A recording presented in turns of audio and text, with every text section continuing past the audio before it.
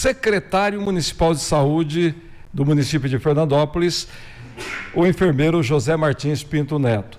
Ele assumiu faz 15 dias e já está aí com uma situação realmente que chama a atenção e preocupa: a dengue.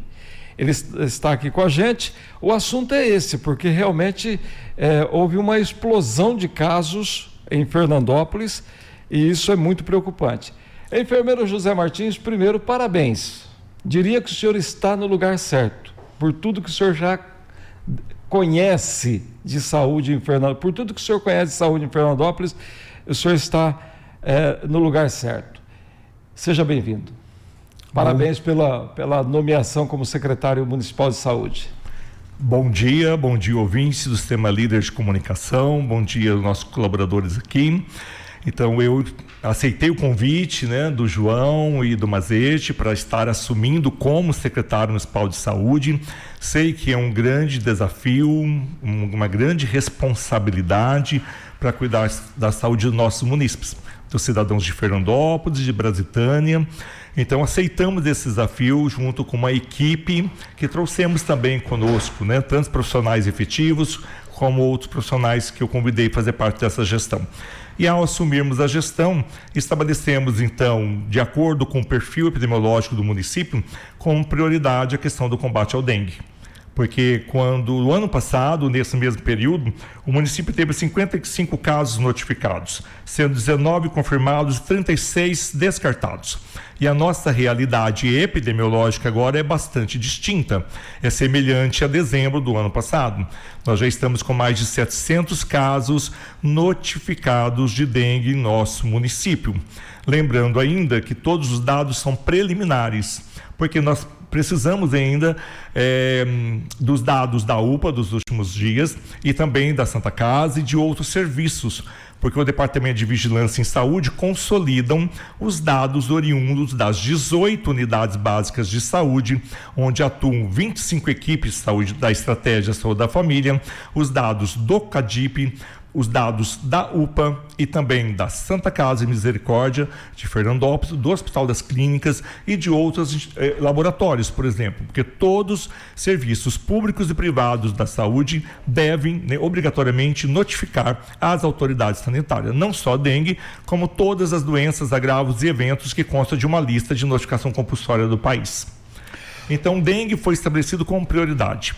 A semana passada, na segunda-feira, nós fizemos uma reunião intersetorial, porque nós entendemos que cuidar da saúde, o SUS sozinho não produz saúde, o SUS sozinho não aumenta o estoque de saúde da população e nem diminui a carga de doença, como chamamos.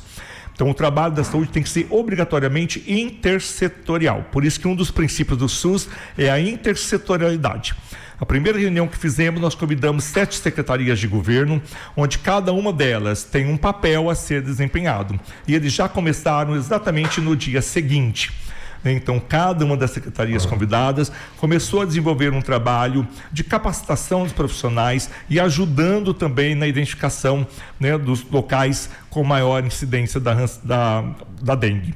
Então, fizemos isso. Na terça-feira da semana passada, nós tivemos uma reunião multiprofissional para estabelecermos um protocolo de enfermagem, que foi encaminhado por Corém São Paulo e também para o nosso jurídico, para que os enfermeiros das unidades básicas de saúde da Estratégia Saúde da Família pudessem usar a sua autonomia profissional, daquilo que é a legislação do exercício profissional, que é a Lei 7498 de 86 e o Decreto 94.406 de 87, prevê como o enfermeiro como membro da equipe de saúde, dando mais autonomia de trabalho para eles, mediante um protocolo a ser instituído nas unidades, para que a gente possa agilizar os atendimentos das pessoas com suspeita de dengue ou, sobretudo de dengue.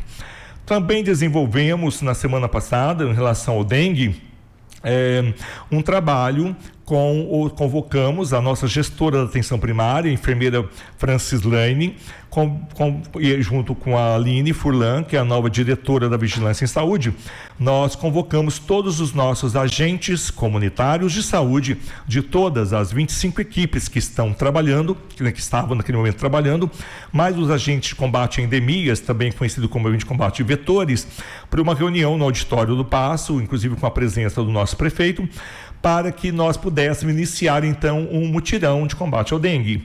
Mutirão esse que já está acontecendo desde segunda-feira, onde vários bairros da cidade já receberam a visita dos nossos agentes. E eu trouxe também aqui conosco a Aline Furlan, que poderá dar mais detalhes de como está sendo feita a operacionalização deste trabalho. Além disso, concomitante a tudo isso, nós tomamos a decisão, que era o momento oportuno, para tentarmos desafogar a UPA ou diminuir o número de atendimentos na UPA dos grupos A e B, porque dengue tem uma classificação do Ministério da Saúde em grupos A, B, C e D. Então nós queríamos que o grupo A e B fossem mais voltados a atendimento para atenção primária, ou seja, para as unidades básicas de saúde.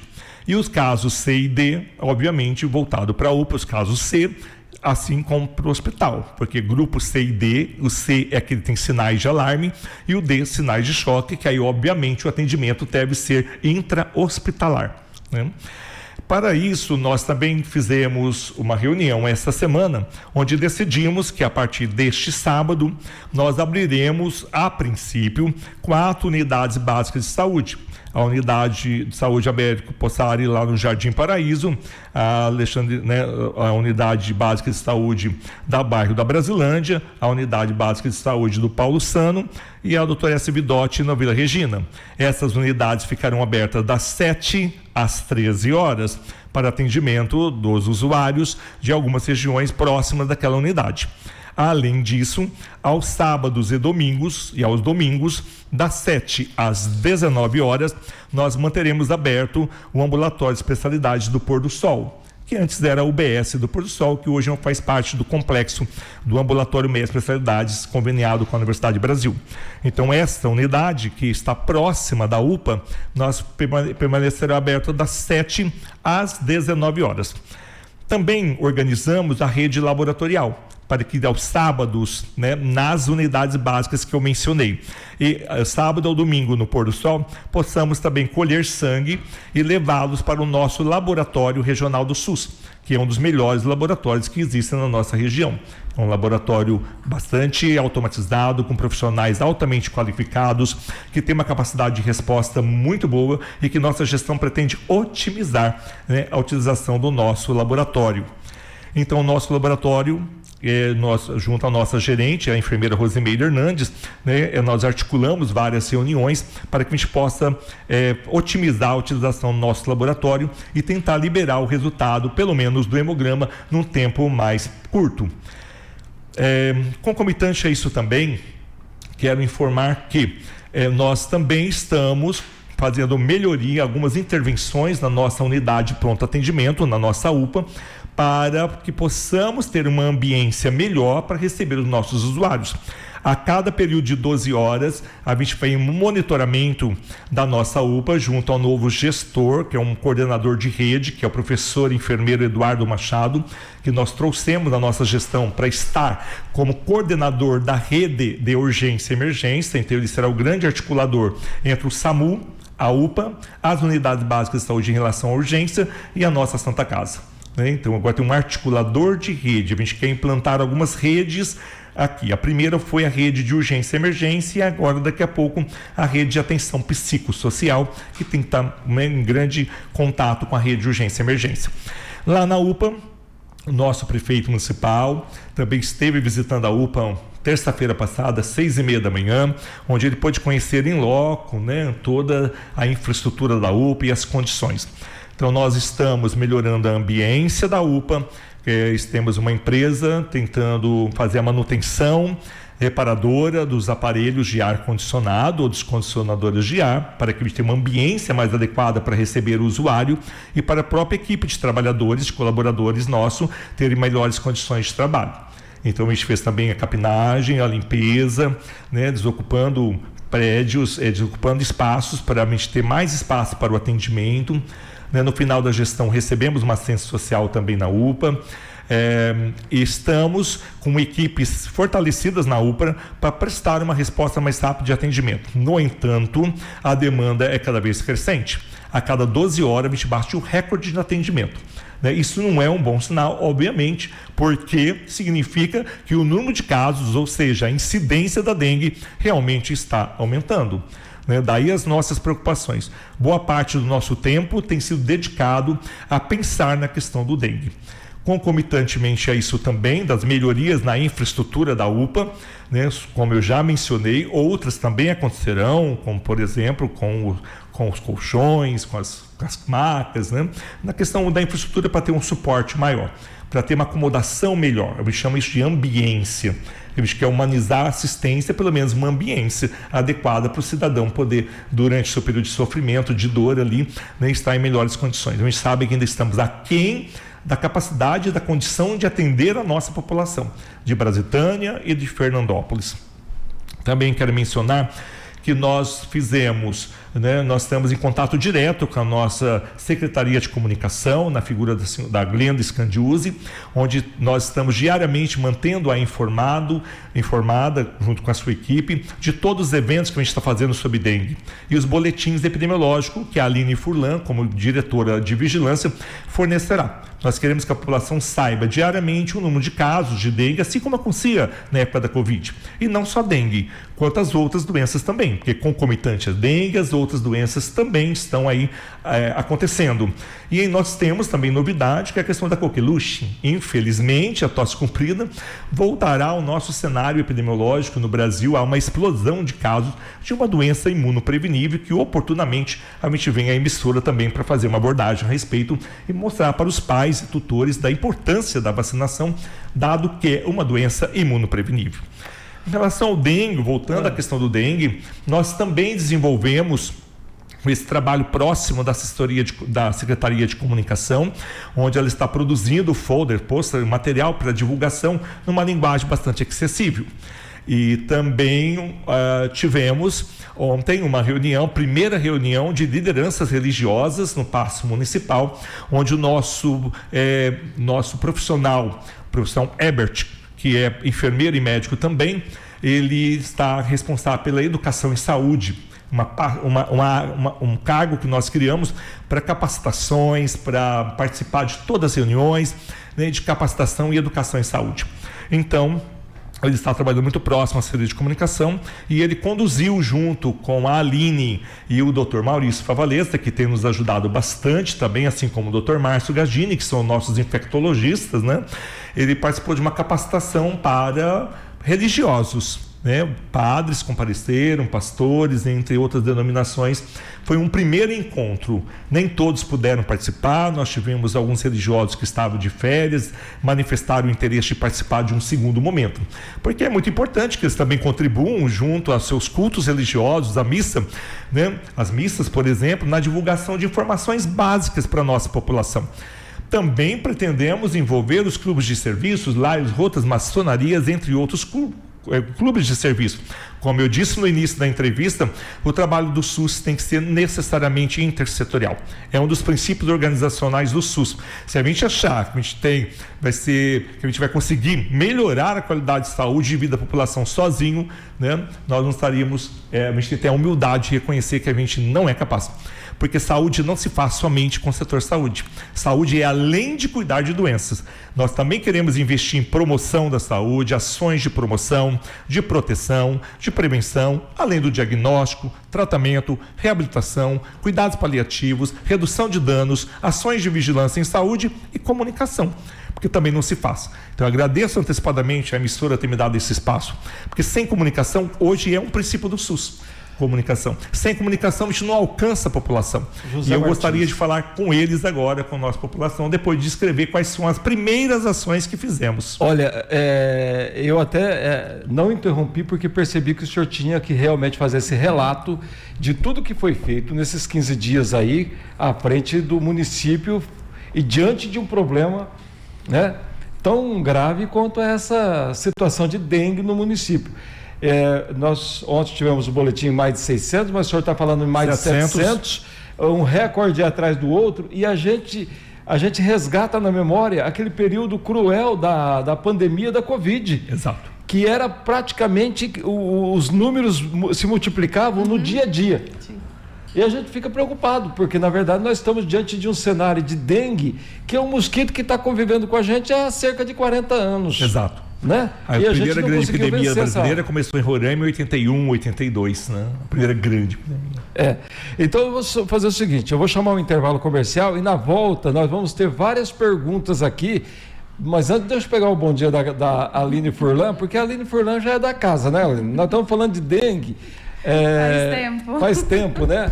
A gente era jovenzinhos ainda, nós estávamos falando de dengue aqui no município de Fernandópolis. E continuamos falando, e agora, diante de um cenário, eu não lembro de ter visto um cenário assim, que a dengue se multiplicava assim, nessa proporção. É 2019. 2019? 2019 a gente também teve uma grande epidemia de dengue. Mas a gente corre risco de repente, bater o recorde. Sim, de ser maior, porque lembra, bom dia a todos, bom dia. Né?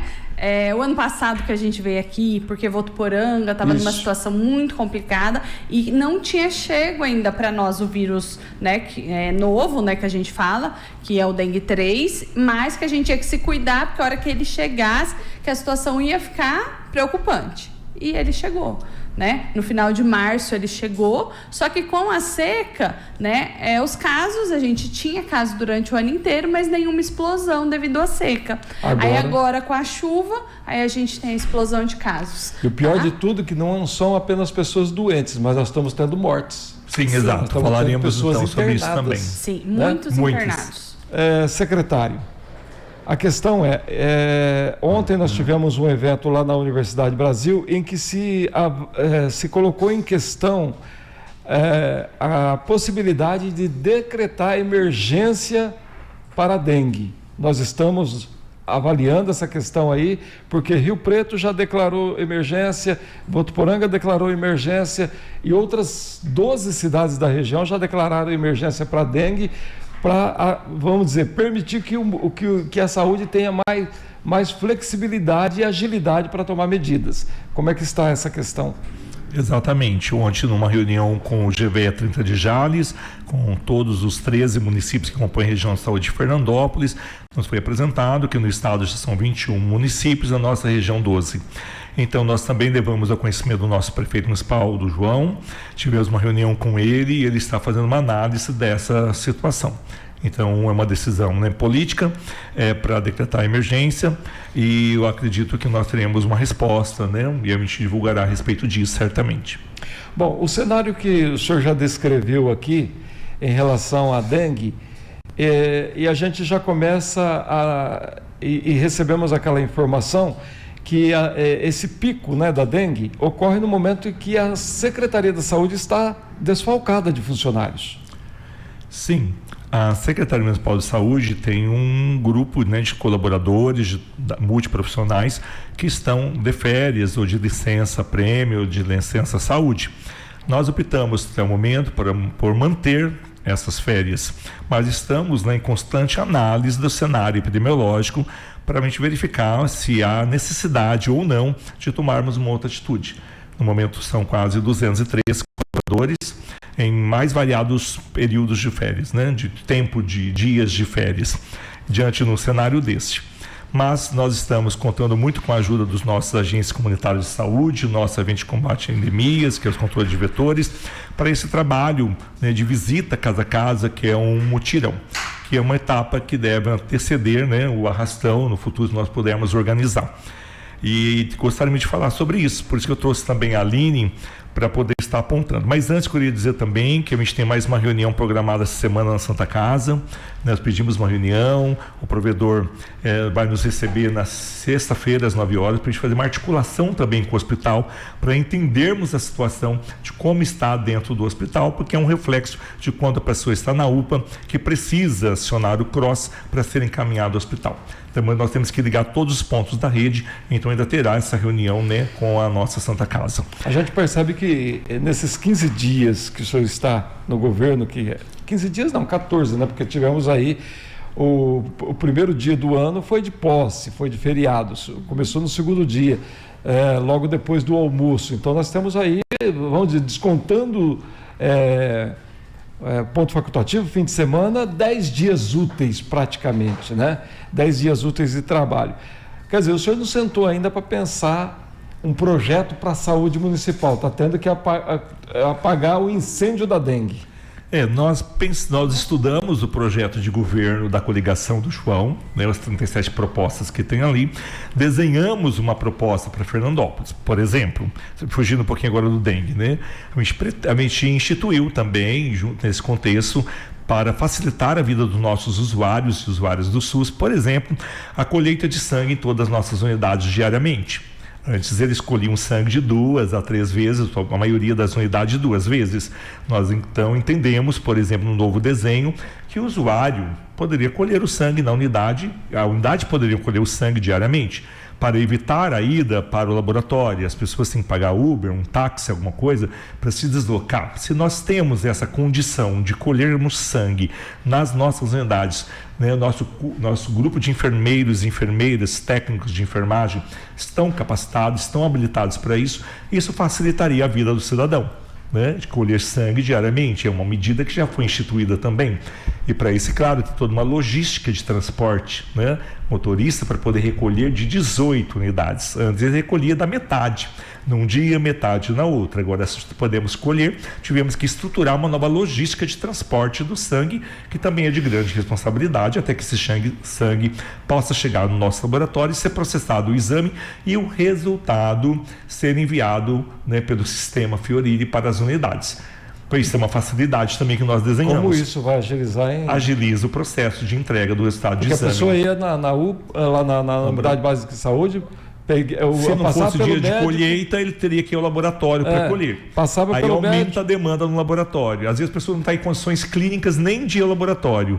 O laboratório não tem condições de receber, às vezes, um usuário com náusea, com vômito, com mal-estar. Então, nós estamos tentando implantar, né, pedimos a colaboração dos profissionais de enfermagem para que eles assumissem esse compromisso. Já está valendo. Nós já estamos, desde a semana passada, quando recebemos a nossa gestão, a Francislane e a Evelyn, foram unidade por unidade para implantar o protocolo de enfermagem e também comunicar que nós faremos, esse trabalho é necessário para facilidade, né, para podermos ajudar os nossos usuários.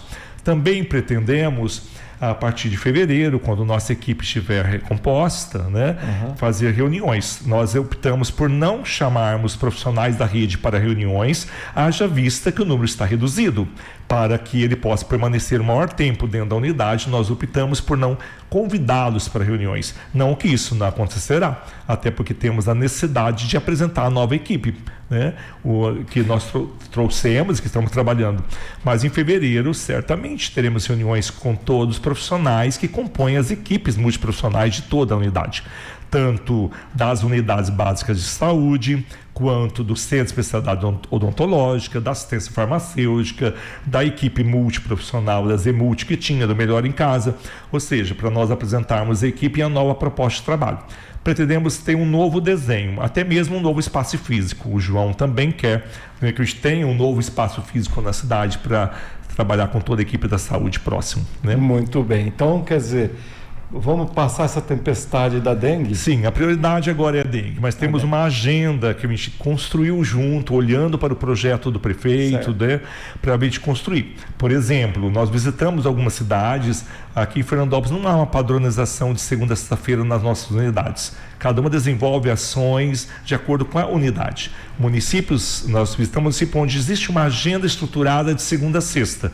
O que ocorre em uma unidade, ocorre em todas as outras unidades no mesmo período. Talvez a gente possa discutir, dialogar com nossas equipes para a gente fazer, implantar isso, para ver qual o resultado que tem. Eu falei de tempestade da dengue, mas ela vai passar rápido ou ainda vai demorar? Nós temos alguns estudos, né, que mostram que ainda nós não estamos no auge dessa epidemia. Não chegamos no platô ainda. Não chegamos ainda. Então, ainda mais com o índice pluviométrico aumentado, está chovendo bastante, né, o que aumenta a proliferação do mosquito transmissor. As questões da limpeza urbana, né, dos próprios moradores, que nós queríamos convidar os moradores para que realmente nos auxiliem na limpeza dos seus quintais, né? Então, os domicílios precisam ser observados pelo próprio morador também. Qualquer recipiente que acumule água, seja uma folha, um chachim, né? Qualquer vaso de planta, uma calha, pneus, garrafas, qualquer recipiente, até uma tampa de garrafa, né? Qualquer recipiente que acumule água pode se constituir num criador do mosquito Aedes aegypti, que é o transmissor do vírus da dengue 1, 2, 3, 4 e de outras arboviroses, como os zika vírus, chikungunya, entre outras, né? E então o índice larvário de infestação, a densidade larvária está sendo medida pela equipe da Vigilância de Controle de Vetores, a Aline poderá dizer, e esse índice está sendo alto na nossa cidade. Samuel Leite, você falou que a população está fazendo pergunta, o que a população quer saber, Samuel? Olha, Cabreira, bastante repercussão, positivo. A gente agradece a população em se interessar no tema, porque trata-se da nossa saúde, nosso maior patrimônio, assim ouso dizer. Minha pergunta vai para a Aline Furlan. Primeiramente, aqui agradecer mais uma vez a presença do José Martins, secretário municipal de saúde, que você obtenha sucesso nessa caminhada árdua. E a minha pergunta é direcionada à Aline, enfermeira responsável pela vigilância de saúde. Como está sendo realizado o trabalho dos agentes de saúde? E gostaria que você também abordasse um outro assunto que gera muita polêmica a respeito das ações com fumacê. Bem-vinda à Difusora mais uma vez. Obrigada. Então, assim, a gente dividiu em 2 equipes, tá? Então, nós estamos com uma equipe dos agentes comunitários de saúde e uma equipe dos agentes de combate a endemias. Por que nós separamos? Porque aquela ação casa a casa, frente às notificações, aquilo a gente não pode parar.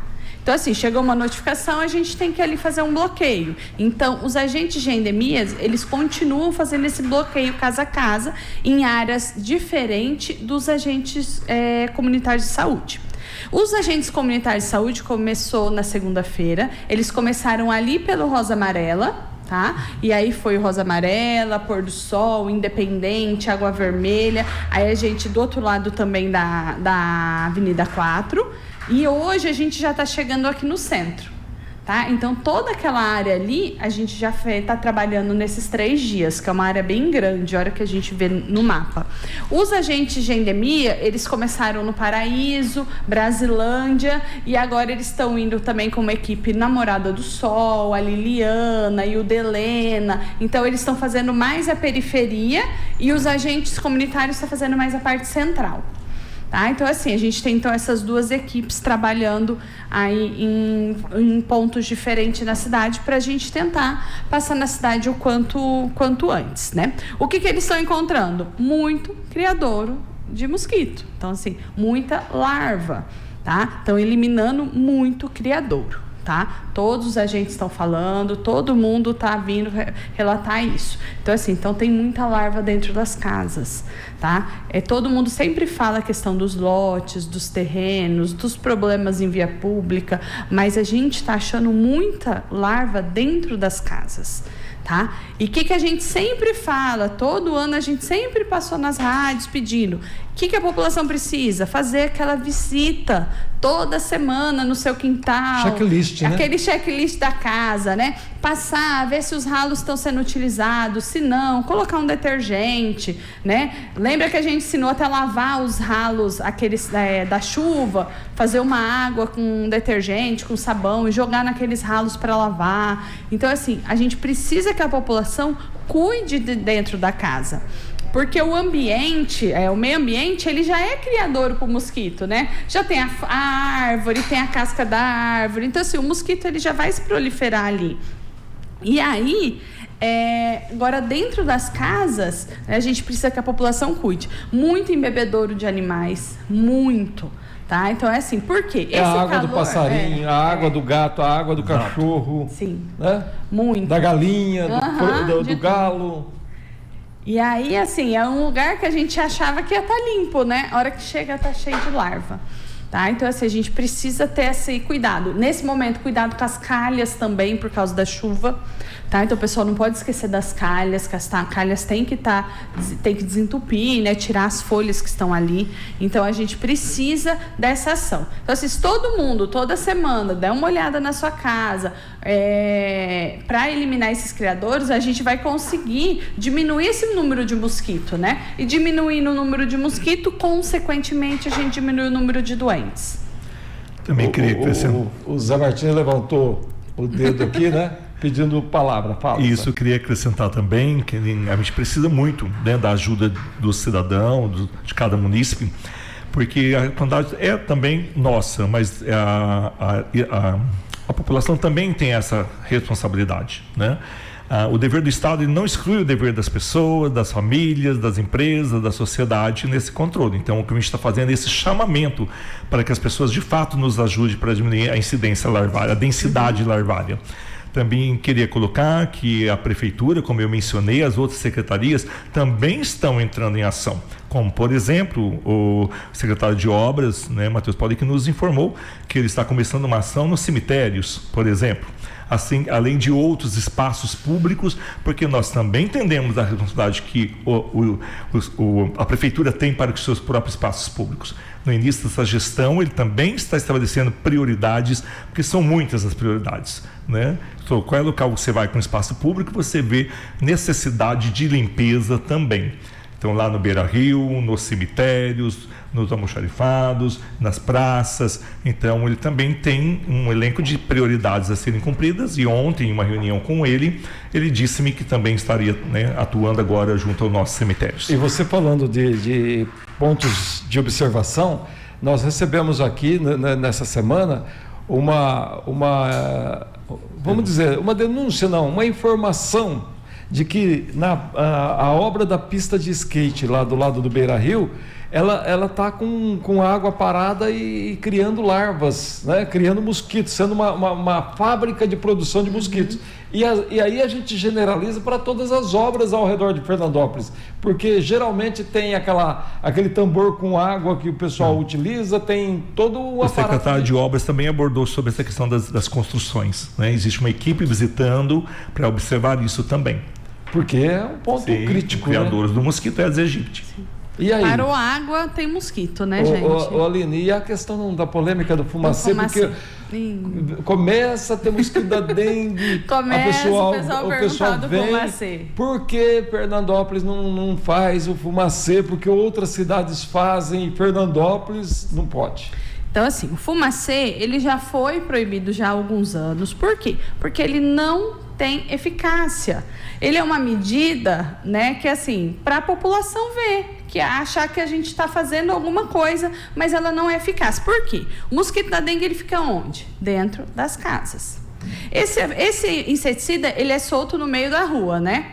Aí, então, esse inseticida tem que sair do meio da rua, entrar no quintal, entrar na garagem, isso se não tiver muro, for todo fechado, entrar dentro da casa e chegar onde o mosquito está. Então, isso é muito difícil. Aí o caminhãozinho passa lá, as pessoas fecham as janelas. Aí fecha tudo, aí o pessoal não está em casa, aí tem alergia, vai fechar. Então, assim, não é eficaz. Além dos cuidados com crianças, idosos, animais. O que ele mata? Ele mata as abelhas que estão na rua, ele mata as borboletas, ele mata os passarinhos. Então, assim, ele mata esses animais que não é a nossa intenção. É mais dano colateral do que... para o meio ambiente do que benefício. Tá? E ele dura assim muito pouco, é 20 minutinhos que o inseticida dura ali no meio ambiente. Então, assim, rapidinho vai passar o efeito. Agora, aquela aplicação de inseticida dentro das casas, né, que o agente vetor vai com aquela máquina costal, ele fica residual no ambiente. Então, assim, ele dura um tempo bem maior. Então, o mosquito, ele rela ali, ele vai ser contaminado, ele vai morrer, ele vai levar para onde está ficando os outros, para o criadouro, onde ele vai colocar as larvas. Então, assim, e ele vai espalhando esse inseticida. Então, aquele sim é eficaz. Tá? Zé Martins, e como é que a gente faz? Porque o pernilongo, ele está aí voando. Ele está aí voando, está contaminado, está com o tanque cheio, né? E está contaminando as pessoas. como é que a gente faz para combater esse pernilongo voando? Porque a gente está falando do combate às larvas para evitar que outros venham a engrossar vamos dizer assim, aumente, né, a população esse pelotão de mosquito que está infectando a população. Então, é uma questão, por exemplo, as pessoas devem, por exemplo, não tem como combater o mosquito alado, esse que já está voando, eles estão voando, mas as pessoas podem se proteger. Por exemplo, uma forma é a questão do uso, por exemplo, de roupas de manga comprida, diminuir as áreas expostas do corpo, né, diante desse contexto. Uma outra questão, o uso de repelentes, para aqueles que não há problemas dermatológicos para o uso de repelente, é uma medida indicada também. Mas o uso de roupas, por exemplo, de mangas compridas, diminuiria, né, a possibilidade de exposição numa área mais exposta para os pernilongos. Mas é um controle difícil do mosquito alado, esse que está voando, né? A Aline estava mencionando, por exemplo, a questão da nebulização costal. Isso está dentro dos nossos planos de discussão, já está discutindo isso, porque para fazer até a nebulização costal, a gente precisa ter uma empresa que saiba lavar, que forneça a roupa, que saiba lavar essa roupa, uma empresa especializada em qualquer lugar que possa lavar a roupa que o profissional vai utilizar, né? Tem um tempo de vida curto essa roupa. Então nós estamos discutindo também a respeito disso para pelo menos fazer a nebulização costal. Muito bem. E a gente percebe, tem mais alguma questão aí da população? Tem a questão da vacina, da dengue. Disque denúncia é uma importante ferramenta e alguma reclamação no atendimento da UPA, né, por conta da alta demanda. Aline, por favor. Isso. Aí, assim, a questão da vacina. A gente já tem 2 vacinas no mercado, né? O governo federal começou ano passado a fazer uma vacinação, só que assim, a quantidade que foi adquirida de vacina é muito pouco, né? Só foi para os grandes centros, para uma população específica, então assim, não chegou aqui para nós ainda, né? A nossa esperança é que saia a vacina do Instituto Butantan, né? Que é um instituto grande, conceituado aqui do estado de São Paulo, e que aí, sim, a gente consiga uma vacinação assim para a população. Tá? Então, assim, a gente não tem na rede pública aqui de Fernandópolis a vacina para dengue. Tá? Ela tem na rede particular, mas também não tem em grande escalas. Né? Ano passado ela ficou até um tempo assim, em falta, tudo, porque a produção é no laboratório do Japão, então assim, e não é em grande escala que ela é produzida. No país, só 521 municípios receberam essa vacina para aplicar de 10 a 14 anos, né? Só 37 regiões de saúde. O Brasil tem 456 regiões de saúde, uma delas é a nossa. Certo. Zé Martins, e a outra questão era... A questão do Disque Denúncia, né? Então, assim, a prefeitura ela tem um 0800 para o pessoal fazendo as denúncias, tudo, né? Então, entrar lá, dá para fazer pelo site, dá para fazer pelo WhatsApp. Então, no site da prefeitura tem todas essas informações. Então, se tiver denúncia de algum criador, alguma coisa que a gente, né, possa estar solucionando, possa estar indo atrás, para estar fazendo a denúncia via esse sistema, porque aí fica tudo arquivado, né, comprovado que tem essa denúncia. Porque como que a gente vai chegar num lugar do nada? Então a gente precisa ter essa comprovação, ter isso via a ouvidoria, tá? Muito bem. Bom, Zé Martins, a questão da UPA, ela já vinha vindo com reclamações de demora, mas agora com a dengue, a situação que já era demorado ficou mais demorado ainda. Como é que está a situação lá? Como é que está se contornando a questão? Sim, de fato, a UPA, como eu disse, está batendo recorde atrás de recorde a cada 12 horas. Então, o professor Eduardo, que é o novo gestor da UPA, junto com a coordenação geral da UPA, que é a enfermeira Daniela Tiano, e o Dr. Marcos Rogério, que é o RT médico, estamos fazendo o seguinte: toda vez que aumenta a demanda da UPA, a gente acompanha online, a gente tem um acompanhamento pelas câmeras da UPA, a gente faz solicitação de reforço para a empresa terceirizada, né, que é a empresa que mantém os médicos. Então, quando a demanda está grande, a gente pede um outro médico. Então, tinha dia que trabalhamos com 3 médicos, com 4 médicos, e chegamos a pedir um 5º médico para poder agilizar o atendimento. Além disso, aumentamos também o número de enfermeiros para fazer o acolhimento, que chama de triagem, né, que vai classificar o risco de acordo com a Política Nacional de Imunização. Então a gente está tentando agilizar, mas tem momentos que de fato demora 1h30, até 1h30, para que seja atendido pela enfermeira, que faz a classificação de risco e passar pelo médico. Então a gente tem tentado dar essa agilidade para que esse tempo de espera ao chegar na UPA para passar pela enfermagem, pelos enfermeiros que fazem, né, somente o enfermeiro faz esse procedimento de acolhimento e estabelecer a classificação de risco, e para a equipe médica. Por isso que quando percebemos que o volume está grande lá na recepção, a gente pede reforço para a empresa terceirizada que mantém os profissionais médicos. E também depende da capacidade de resposta da enfermagem. Chegou um momento que tinha tanta gente sendo hidratado, que é uma medida essencial, por combater que a questão da hidratação, seja por via oral ou endovenosa, né? Que nós tivemos que esperar um pouco para poder ter assento, algum local para que as pessoas possam sentar e receber a medicação, porque não havia lugar. Tinha mais de 20 cadeiras, né, poltronas espalhadas no corredor, porque a nossa UPA, quando ela foi criada como porte 1, para atender o município de Fernandópolis. Hoje, ela atende, né, dos 13 municípios, 8 têm um convênio estabelecido com a UPA. E acaba atendendo cidadãos. Nós temos um levantamento de todos os municípios que fizeram uso da nossa UPA. Então, na época, as UPAs eram classificadas em porte 1, 2, 3, 4. Ela foi construída, a infraestrutura dela, para ser porte 1, que era, né, uma competência de até 60 mil habitantes. E hoje a gente atende com o dobro, porque nos nossos 13 municípios, a gente tem aí mais de 121 mil habitantes. Está pensando em montar um centro de hidratação, como já foi adotado em outras cidades? Sim, foi uma das primeiras questões que nós levantamos, montar o centro chamado Hidratários, né, que estão denominando assim. A gente foi até conhecer para ver, então nós pensamos em 2 centros de hidratação. Mas, no entanto, nós estamos pensando ver se as nossas unidades conseguiriam dar essa resposta agora. Se isso ainda não for suficiente, a gente poderá ampliar assim o número de unidades, por exemplo, na Brasitânia, né, para evitar deslocamentos, e ampliar o número de unidades que possam fazer isso. E nós já temos 2 locais escolhidos, que foram, né, os gestores desses locais já nos receberam a nossa visita, eles colocaram à disposição para nos ajudar.